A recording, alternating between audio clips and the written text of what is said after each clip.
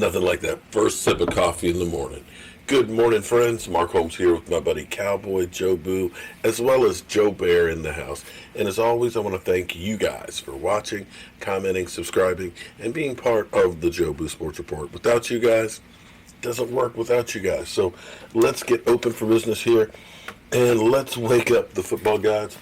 Wake up this morning, guys. Wake up. Wake up. Do I get the right remote? Hold up. Boy, got too many daggone remotes and controls and lights and everything else that I grabbed the wrong one. So here we are. It is Thirsty Thursday. So the weekend is coming close to us. Memorial Day weekend. It might be different than usual ones, but hey, it's still a 3-day weekend.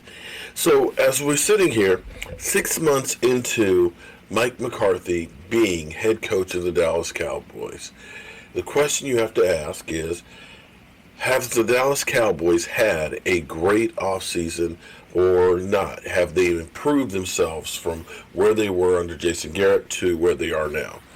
And let me first go ahead and play. This is a clip from a Zoom meeting of the rookie players for the Dallas Cowboys and the coaching staff.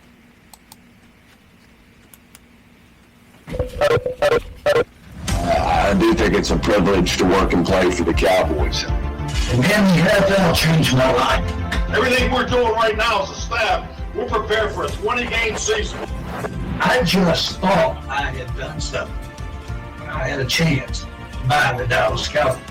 There's high expectations when you sign up for this. You guys have earned the right to be part of the selection to the Dallas Cowboys. We understand it's clearly a privilege, okay? But everything we do will be tied into winning those key games. I have every step of the way at the NFL energize me and make me better than I was. You're playing for a Hall of Fame owner. You're going to play for a head coach that's won a Lombardi Trophy and played in 3 other NFC Championship games. You have unlimited, excellent resources with the Dallas Cowboys. Maximize this opportunity. This is your opportunity. It is important that you not only dream about what you can do for this opportunity, but we all need to realize that come along when God has given us gifts that are really special and rare. There's high expectations for this team, as you've read. There's high expectations for this rookie class.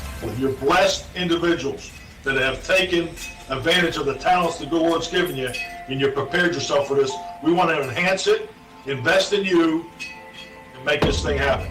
Okay? Make this thing happen. Okay.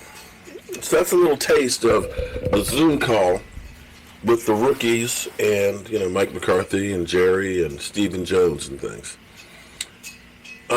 This offseason, of course, is not like any offseason before because they haven't been in the facilities yet and actually doing OTAs with the coaches and stuff. But that disadvantage is happening to all the teams, so you can't really look at it and say the Cowboys are at any worse disadvantage than anybody else, other than the fact that you have all new coaching staff and a few new players and things, and you're going to be meshing different systems and things.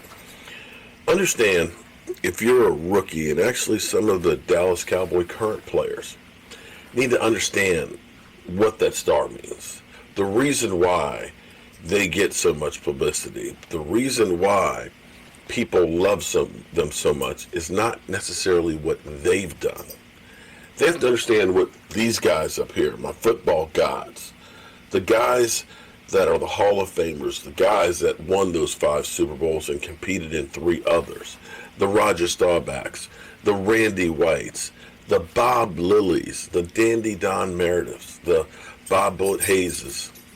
There's too many great Dallas Cowboy players that gave everything to the Dallas Cowboys, everything. And most of them, it wasn't for the money because they're not making the millions and millions that these guys are. Most of these guys had off-season jobs because football didn't pay your own way. But it was these guys that took a new franchise in 1960 and ended up building one of the greatest teams in the history of the NFL. They're not the oldest team by far. They're not one of the original cornerstone teams. But unfortunately, a lot of the players are living off of what their predecessors did. That glory that Emmitt Smith and Troy Aikman, the Charles Haley, the team is famous because of those guys in that history. And they're right. It is a privilege to wear that star, to be part of America's team. But they need to go out. This generation needs to be the next dynasty. Each and every one of those guys have to understand, yeah, I'm a Dallas Cowboy, but I haven't earned shit yet. I'm not up there yet with those guys. And I have a long ways to go. Now, you're always going to have periods where your team is up and down. During the 60s, the Dallas Cowboys were known as the great regular season team, but couldn't win the big one. They lost it 2 times to Green Bay in the championship game. They lost in Super Bowl IV to the Colts. Great regular season team, but they just can't win the big one. Until they did. They finally got over that hump. And see, this is where I look back at history, and history has a way of repeating itself. Because when the Cowboys beat the Miami Dolphins, I remember that. That's how old I am. I remember the joy in my dad's, heart and how happy he was when we finally won that one after just before losing to the Colts in Super Bowl IV. I remember the joy of him and the Dallas Cowboys and how proud he was and how that launched this team, a team that had an opportunity to win 2 other ones during the 70s. Beating Denver, of course, and Denver is known as the Orange Crush at that time and stuff, and they got crushed with our former quarterback, Craig Morton. But it was that team that became a team that was more unpredictable, that was innovative, that they ended up coming up with new wrinkles.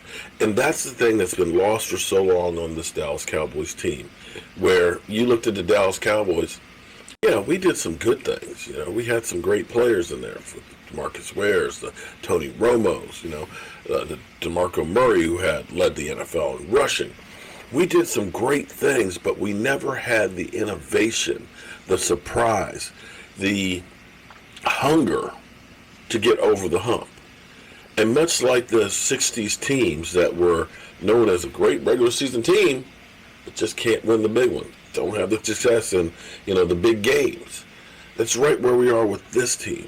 Now, as I look through this offseason, we've had in the past enough pieces to be able to be a really good team to challenge. In fact, I sometimes look and say we've had more talent than some of the teams that are winning, but the other teams seem to be in better positions to win. Now, as we've gone through this offseason and we've gotten people in places where you looked and said, we've got issues. We know we had issues with kicker. Okay, we got competition at kicker now. We had problems on the defensive line that's stopping the run. We got some veterans that are good at stopping the run. We ended up looking in the draft, and I think this draft actually fell towards us in a great way because you got another playmaker to replace a part. We improved at wide receiver. Now, we got hurt losing Travis Frederick. Make no mistake about it.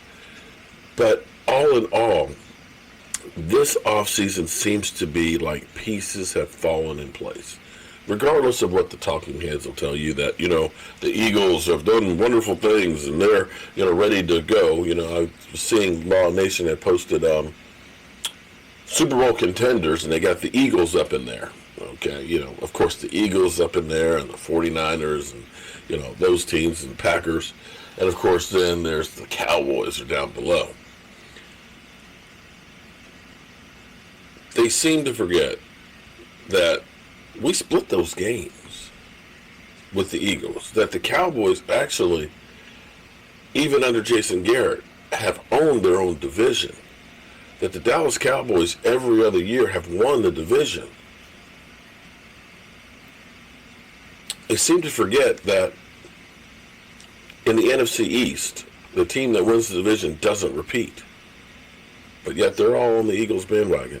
And in a way, I'm happy about that, because then whenever we have expectations to do something is when we don't show up. This team, over the course of the last 4 years, has been completely rebuilt. Completely. There are very few pieces that are held over from the Tony Romo era, including the coaching staff. And to me, this is the beginning of something new and hopefully something special. And I think it started with a great offseason. So we'll see how all these pieces work together. Not everybody that you've gotten in there is going to work out. You're going to have some guys that end up being the George Ilokas. But hopefully we've got some more Robert Quinns in the guys that we signed. All right, guys, I'm excited because today I get to go down to Waynesboro and a meeting with the structural engineer on getting plans together to get started working on the red brick house.